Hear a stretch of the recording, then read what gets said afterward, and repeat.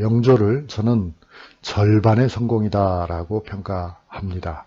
그러니까 영조는 조선의 21대 왕이고 숙종의 아들이고 바로 앞에 있었던 경종은 이복형입니다. 경종의 이복 동생이고 그렇습니다. 그런데 왕위에 오르는 과정에서 여러 가지 문제가 있었죠. 그러니까 영조가 왕이 될 때까지 영조는 사실 왕이 되도록 예정된 사람이 아니잖아요.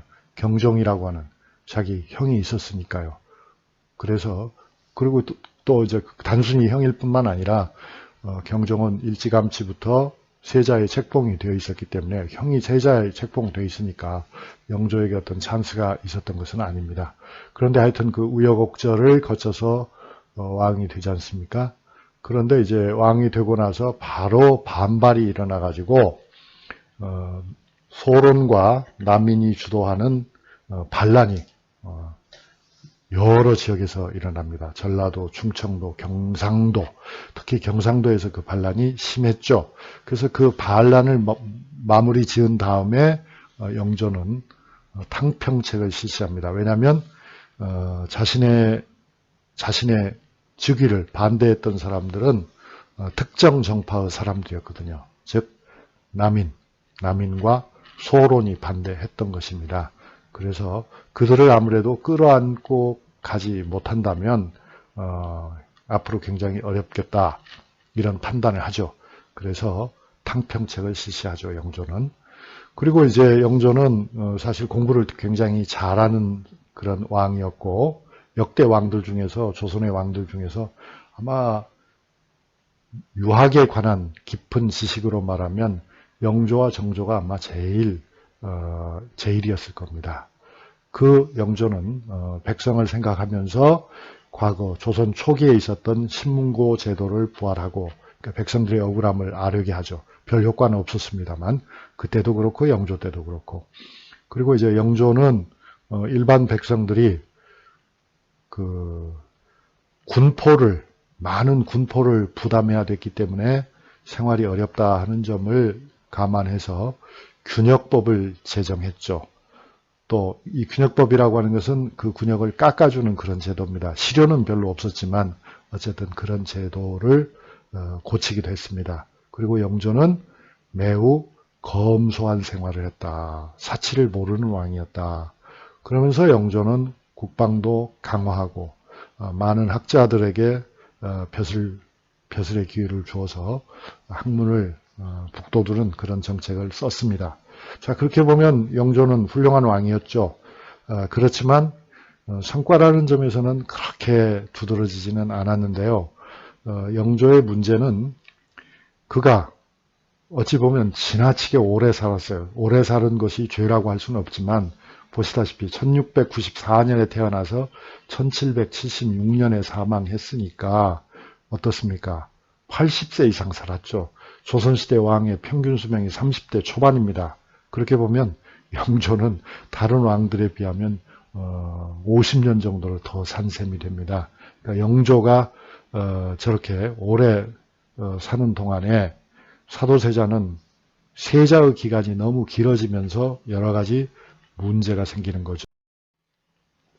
잠깐 영조의 가계도를 보시면 어떻습니까? 영조에게는 아들은 둘이 있었고 딸은 7이 있었어요. 그래서 맨 먼저는 정빈 이씨에게서 난 왕후가 둘이지만 왕후에게서 낳은 아들은 없었습니다. 정식 왕후에게서 낳은 아들은 없었고 조선시대는 그런 경우가 많았죠. 정빈 이씨에게서 낳은 아들을 왕이 사랑해서 효장세자, 나중에 이제 효장이라는 시호를 줬죠. 세자를 삼았는데 일찍 사망했습니다. 그런 다음에 아들 계속 여러 해 동안 낳지 못하다가 그러다가 이제 사도세자가 영빈 이씨에게서 태어납니다. 그때 영조의 기쁨이라는 것은 이루 헤아릴 수가 없었고 영조는 아주 이 아들 사도세자를 엄청나게 사랑합니다. 그리고는 엄청난 지도를 하죠. 공부를 잘 시키기 위해서 사도세자에게 과잉이었습니다. 과잉된 기대를 가지고 지나치게 사도세자를 어려서부터 공부로 들볶았다. 그것이 결국 빗나가게 되죠. 왜냐하면 어려서부터 공부하게 되면 그걸 잘 받아들여서 공부를 잘하는 사람도 분명히 있습니다. 그러나 대개의 사람은 그렇지 못하죠. 사도세자는 공부를 싫어하는 편이었어요. 공부를 아예 못하는 사람은 아니었지만 사춘기를 지나면서부터는 아버지 영조와 갈등에 빠지고 또 사도세자가 나이가 들어가면서 영조가 연로해지면서부터는 조정 안에 있는 여러 당파들이 이 부자관계를 좀 이용한 점도 있어요. 그러니까 영조는 노론이 세운 왕이었거든요. 그래서 노론과 매우 가까운 사이였습니다. 그런데 이제 그 영조의 조정에 나와 있긴 해도 실권에서 실권을 장악하지 못했던, 노론이 장악했으니까요. 실권을 장악하지 못했던 소론이나 남인들 중에서는 사도세자에게 기웃거리는 사람들이 없지 않아 있었습니다. 그리고 그것을 영리한 영조가 모를 리가 없죠. 이래서 이제 결국 각 당파 간의 경쟁과 대립이 부자 간의 대립으로 전이된 점이 없지 않았다. 그게 이제 비극이었죠. 이 사도세자는 뭐 기록에 따라서 평가가 엇갈리고 있습니다만 어느 정도는 정치적 안목도 있었던 것 같습니다. 다만 오랜 세자 생활과 아버지와의 어떤 그 갈등 이런 것들을 해소하기 위해서 그랬는지는 몰라도 행동은 좀 특별한 점이 있었어요. 그러니까 특별히 좋았다는 것이 아니라 이상한 점이 있었다. 기행이란 말이 그 말입니다. 그래서 이제 후원에서 환관들하고 무슨 숨바꼭질을 한다든가 어른이 다 된 사람이 그리고 또 궁궐담을 뛰어넘고 나가가지고 밖에 가서 놀고 왔다든가 뭐 이런 문제들이 있었습니다. 영조는 상상도 못하죠. 영조는 그야말로 공부만 열심히 하는 사람이었으니까요. 그 다음에 이제 영조가 처음에 정성왕후와 결혼을 했다가 정성왕후가 죽고 오랜 세월이 지난 다음에 정순왕후 김씨를 맞아들이는데 정순왕후 김씨가 16살, 영조는 60세가 넘었고 사도세자는 정순왕후보다도 더 나이가 많았죠. 그럴 때 이제 그 정순왕후와 정순왕후를 둘러싼 친정 세력과 사도세자의 관계가 아주 나빠집니다. 왜냐하면 그 정순왕후 측에서는 왕비의 나이가 어리고 왕이 아직 힘이 좋았기 때문에 나이는 많았어도 60이 넘어서도 그래서 왕자를 기대하면서 사도세자를 밀어낼 궁리를 하고 있었던 거거든요. 그래서 아주 궁궐의 내부 사정이 복잡했다.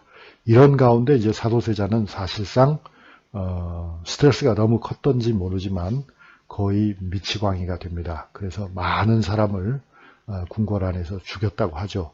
심지어는 영조까지도 살해할 그럴 의도를 보였다고 합니다. 그 사도세자에게 있었던 그 뭐랄까 일종의 조울증이 있었던 거거든요. 그 조울증은 15살 때부터 나타나고 있었다. 장인 홍봉안에게 보낸 편지에서도 보면 자신의 처지를 한탄하고 자기가 보기에도 미친 것 같다 하는 이야기를 쓰고 있거든요. 결국 두 사람의 관계, 영조와 사도세자의 관계는 악화되고 결국 실권을 가진 영조가 아들 사도세자를 죽이게 됩니다. 그때 이제 결정적인 사건이 나경원의 고변 사건인데 이게 이제 진실성 여부는 알 수 없고 부자 간의 관계를 이간질한 것은 분명한 사실이었습니다. 영조는 그 말을 믿고 사도세자가 다른 생각을 꿈꾸고 있다. 사실 생각해보면 참 한심한 일이죠. 아버지가 늙었으니 당연히 언젠가는 사망할 것이고 그러면 아들 사도세자가 왕이 되는 것은 순리 아니겠습니까? 그런데 이제 그걸 갖다가 아버지가 아들을 의심하고 이건 정말 상식적으로는 불가능한 그런 일이 벌어진 겁니다. 그래서 이제 사도세자가 대궐을 빠져나가서 평양까지 갔다 온 일을 영조를 옹호하는, 영조를 옹위하는 노론 측에서는 영모라고 주장하고 그 영모일 가능성은 별로 없다고 나는 생각하는데요. 그런데 어쨌든 영조는 그런 모든 문제의 책임을 물어서 사도세자를 폐위하고 뒤주에 감금시킵니다. 그래서 결국 그죠? 8일 만에 사도세자는 사망합니다. 그래서 죽자마자 또 이제 영조는 자기가 사도세자에게 과했다라고 하면서 사도라고 하는 시호를 내립니다. 이것은 뭐 실제 반성인지 그건 잘 모르겠고요. 어쨌든 사도세자의 아들인 뒷날의 정조가 세손으로 살아있기 때문에 세손에게 왕위를 전해주려면 아무래도 사도세자를 일단 복권을 하는 것이 필요했기 때문에 그런 정치적으로 결단을 한 것이 아닌가 저는 그렇게 생각을 해봅니다. 부자관계는 완전히 파탄났던 것이 분명하고요. 또 정조 역시도 아버지가 이렇게 일단 사도세자라고 하는 칭호를 다시 되돌려 받았다고 하지만 사후에 되돌려 받았다고 하지만 만약의 경우에 젊은 정순왕후 아까 말씀드렸죠. 영조의 두 번째 정식 왕후 정순왕후가 대군을 낳았을 경우에는 정조가 과연 왕이 될 수 있을 것인가? 그거는 뭐 도저히 그렇게 볼 수가 없는 거죠.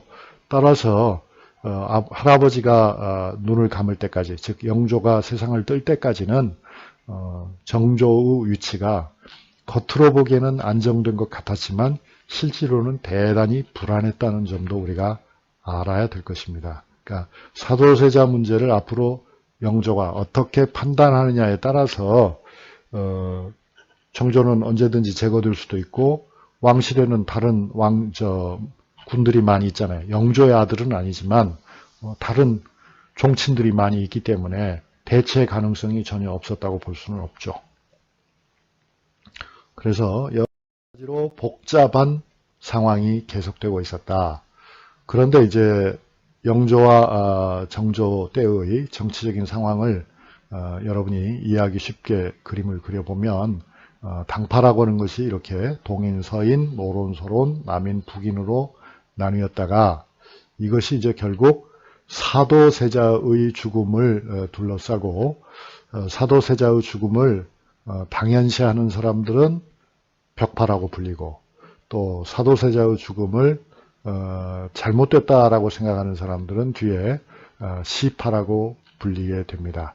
그러니까 이 벽파와 시파는 노론이나 남인에만 있는 것이 아니고 각 당파에 다 벽파와 시파가 있었다. 그렇게 생각하면 되는데 주로는 이제 노론 중에서 벽파가 많았죠. 왜냐하면 말씀드린 것처럼 영조를 적극 후원하고 지지하는 세력이 노론 중에 많았잖아요.